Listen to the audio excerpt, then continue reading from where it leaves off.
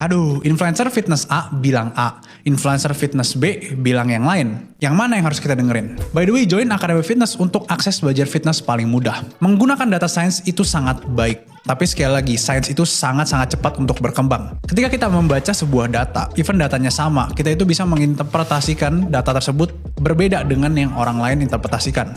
Jadi di sini gue akan kasih tahu kalian prinsip yang pasti benar terlepas dari pendekatan apapun yang kalian lakukan. Yang pertama, untuk melatih otot, khususnya dalam konteks hipertrofi atau membesarkan otot, maka variabel yang paling penting itu adalah mechanical tension.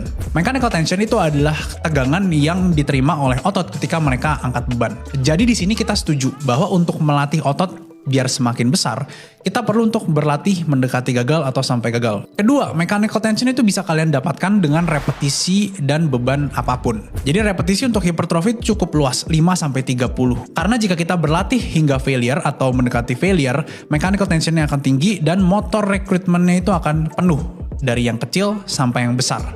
Ketiga itu adalah soal form. Kita nggak akan habis kalau bicarain form mana yang paling optimal.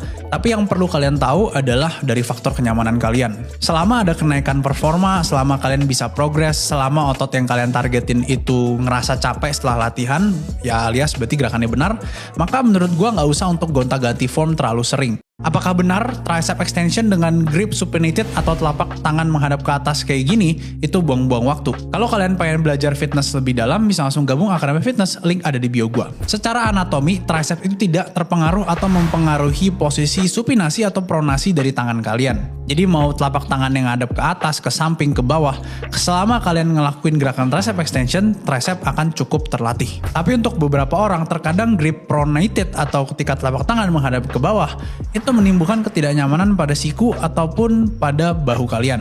Kalau kondisinya begini, kalian bisa untuk latih tricep extension dengan neutral atau supinated grip. Tapi kalau gue pribadi udah nyaman sama pronated grip, jadi gue nggak akan ganti-ganti gripnya karena nggak ada problem. Namun malahan untuk beberapa orang kayak gue, ngelakuin tricep extension dengan telapak tangan ke atas itu bisa jadi counterproductive karena gue nggak nyaman di pergelangan tangan. Kalau kalian kayak gue, maka saran gue ya pronated grip aja atau neutral grip. Kalaupun kalian mau supinated grip atau telapak tangan menghadap ke atas, kalian bisa untuk akalin dengan pakai cuff. Dengan pakai cuff, kalian nggak perlu untuk ngegrip dan pergelangan tangan kalian itu akan keluar dari persamaan equationnya. Coba komen di bawah yang mana grip favorit kalian. Kenapa bahu depan itu selalu aktif dalam hampir semua gerakan pressing? By the way, kalau kalian pengen belajar fitness, gabung ke Akademi Fitness untuk akses belajar fitness paling mudah. Pertama, otot bahu depan kalian atau front delts itu menempel pada tulang selangka atau clavicle menuju ke bagian lengan atas kalian atau humerus. Karena posisi otot ini selalu mengikuti arah lengan kalian, maka otot ini sangat-sangat advantageous untuk melakukan shoulder flexion atau menaikkan lengan, serta untuk mendekatkan lengan ke tengah atau horizontal adduction. Jadi di sini kalian bisa lihat kemanapun tangan kalian berada, otot bahu depan itu akan selalu ngikutin. Jadi itu kenapa ketika kalian bench press, ketika kalian overhead press atau incline bench press sekalipun, otot bahu depan ini akan selalu membantu atau assist gerakannya. Jadi kalian tinggal memanipulasi aja tingkat ketinggian lengan kalian untuk mengurangi aktivasi ataupun keikutsertaan dari otot chest atau dada. Dan ini juga mengapa gue jarang melatih bahu depan melalui front raises, karena bahu depan ini secara latihan udah terlatih di gerakan pressing lainnya. Otot nyeri nih habis gym. Apa yang harus kalian lakuin? By the way, kalau kalian pengen belajar fitness lebih gampang, bisa langsung gabung ke Discord gratis Akademi Fitness. Jadi sebenarnya nyeri atau DOMS pasca latihan itu adalah hal yang sangat wajar, apalagi untuk kalian yang masih baru latihan. Ini terjadi karena stimulus yang belum pernah kalian dapatkan. Dan sekali lagi, DOMS itu bukan satu-satunya indikator dari muscle growth atau perkembangan massa otot. Pertama, rest dulu aja.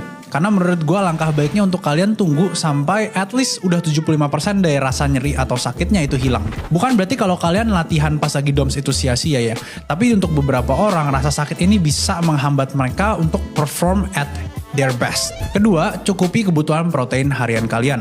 Mungkin ada beberapa orang yang bilang pakai BCAA aja. Tapi dari beberapa riset, kalian bisa lihat dengan menggunakan protein penuh, itu bisa membantu DOMS secara baik kok. Jadi coba untuk penuhi kebutuhan protein harian kalian 1,6 gram sampai 2 gram per kilogram berat badan kalian. Kalau misalkan gak cukup, gimana bang? Emang bakal menghambat? Jawabannya adalah mungkin aja pada saat pemulihan, prosesnya akan jadi lebih panjang. Yang terakhir itu adalah massage ataupun relaksasi lainnya. Dari beberapa studi yang ada, dari Zainuddin et al. Pada tahun 2005 dan Hilbert et al. Pada tahun 2001, relaksasi dengan menggunakan pijat atau massage itu bisa membantu DOMS kalian. Jadi mungkin pijat sesimpel kalian memang ke sports massage ataupun punya massage gun sendiri, itu bisa aja untuk bantu DOMS kalian dengan lebih baik lah. Gimana caranya kita kardio tapi tanpa ngurangin massa otot? Join Akademi Fitness untuk akses belajar fitness paling mudah. Disclaimer dulu, kardio yang dilakukan dengan benar menurut gue nggak akan mengurangi massa otot kalian, apalagi ketika kalian mencukupi kebutuhan energi harian kalian. Jadi pertama, sebaiknya kalian jaga aja kardio kalian itu di intensitas rendah sampai menengah. Kardio yang terlalu high intensity atau terlalu sering itu bisa bikin kalian terlalu capek. Dimana untuk orang-orang yang fokusnya angkat beban, malah kadang bisa bikin angkat beban mereka itu progresnya